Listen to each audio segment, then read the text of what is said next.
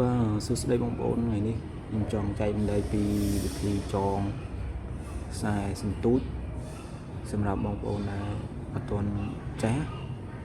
បាទបងប្អូនចេះហើយអត់អីទេមិនមើលវីដេអូហ្នឹងក៏បានដែរអាចអូនឡងបានដែរតែបើសិនជាបងប្អូនដែលទៅរៀនចងអញ្ចឹងខ្ញុំប្រាប់ពីរបៀបចងបែបនេះឧបករណ៍ដែលយើងមានទី1ផ្លែ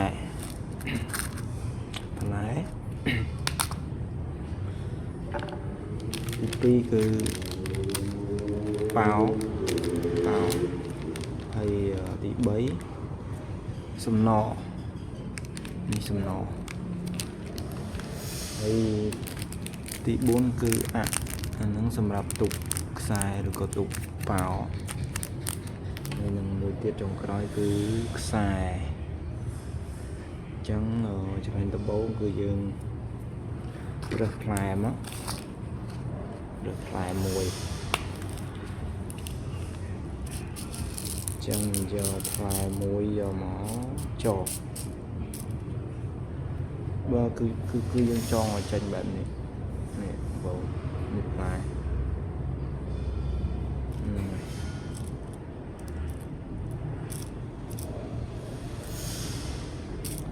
ខ្ញុំរកមើលផ្លែដែលត្រូវមក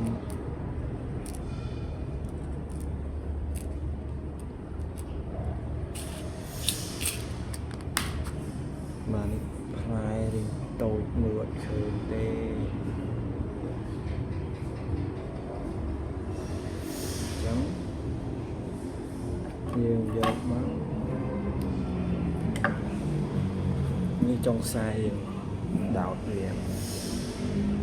ផ្លែហ្នឹងវាមានកន្លែងកវលដោតនឹងដោតវាចូលមកនេះដោតចូលហើយទៅមកយើងគួចវាខ្សែអញ្ចឹងយើងទុកមកចុងនេះទុកខ្លះសម្រាប់មូលឲ្យវាវិញបែបនេះចាំយើងទុកໄວនេះគឺគ្រប់គ្រាន់ហើយចាំយើងគួចវាចងវាមក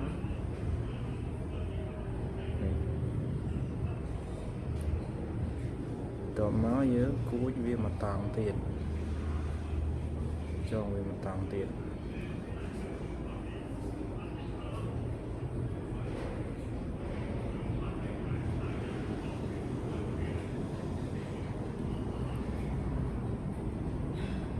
រត់វាមក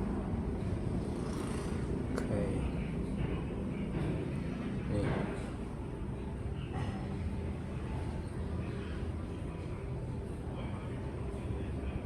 អូខេនេះផ្លែទៅមកយើងមូវានេះអាខ្សែចុងនេះយើងមូវាមកមូឲ្យវាទៅបាញ់ចូលគ្នា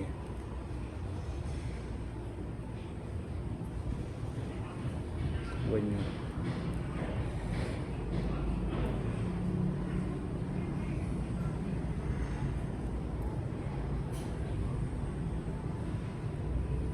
វាញ់មកបានហ្នឹង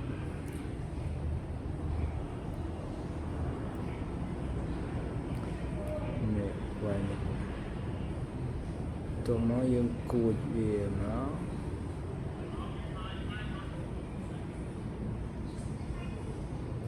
ចងវា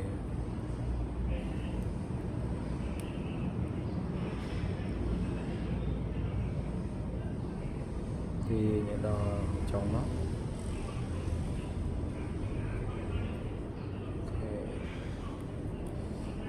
រត់វាមក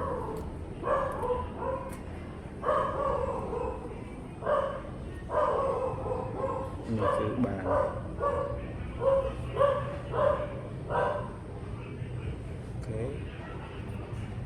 តមកទៀតយើងវាស់ប្រវែងខ្សែដែលយើងតម្រូវយើងស្ទូចទឹកជ្រៅទឹករយៈអញ្ចឹងយើងត្រូវការខ្សែប្រវែងណាអញ្ចឹងយើងបើខ្ញុំទឹកជ្រៅមកស្អីវាស់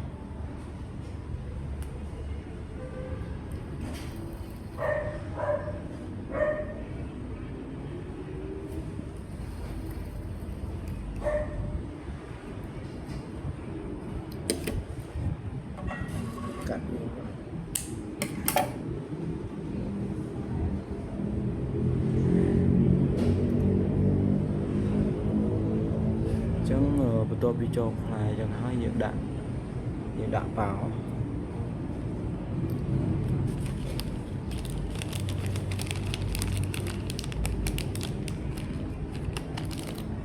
ើងដាក់សំណនេះตัวពីចងផ្លែហើយយើងដាក់សំណនោះវាមានរូនក្តារ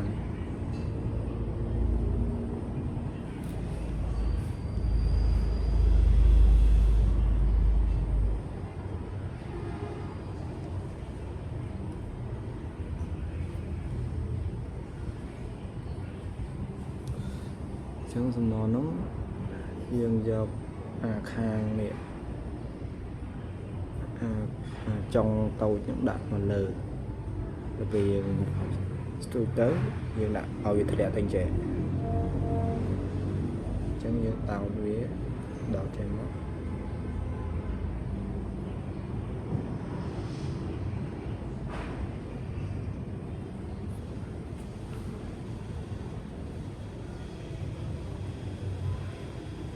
នេះចឹង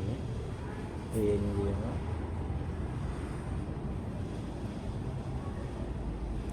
ផ្លែនេះប៉ោសំណអានេះយើងអាចកាត់ចុងតិចឲ្យប៉ះ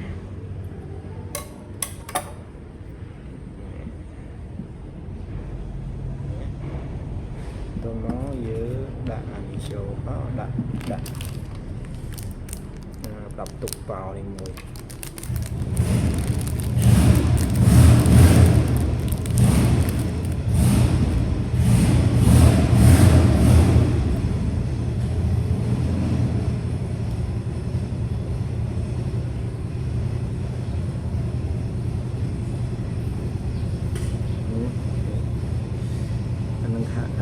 អញ្ចឹងហ្នឹងវាមានដៃចុងវាមានរួនអញ្ចឹងយកខ្សែដោតចូលកន្លះយកមកយើងទាញយើង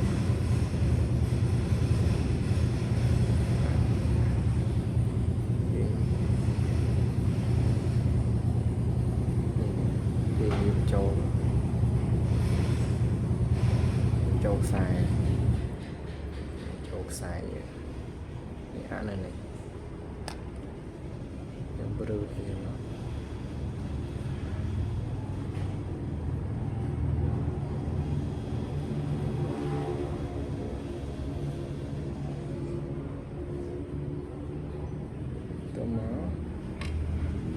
យើងដា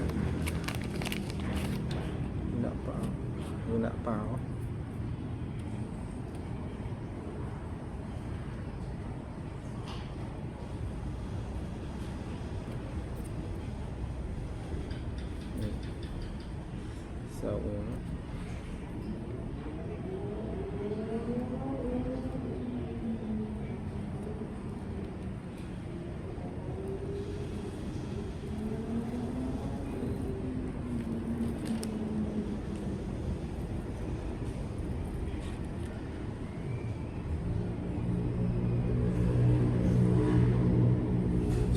យើងត្រូវដាក់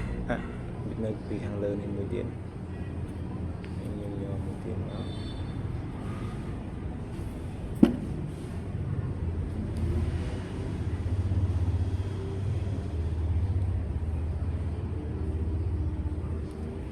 ដាក់ដូចមុនអញ្ចឹងនេះរកមួយមក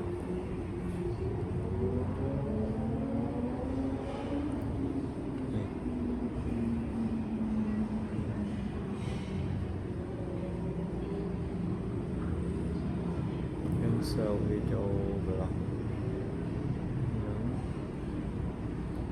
mất tiền vì nó này bộ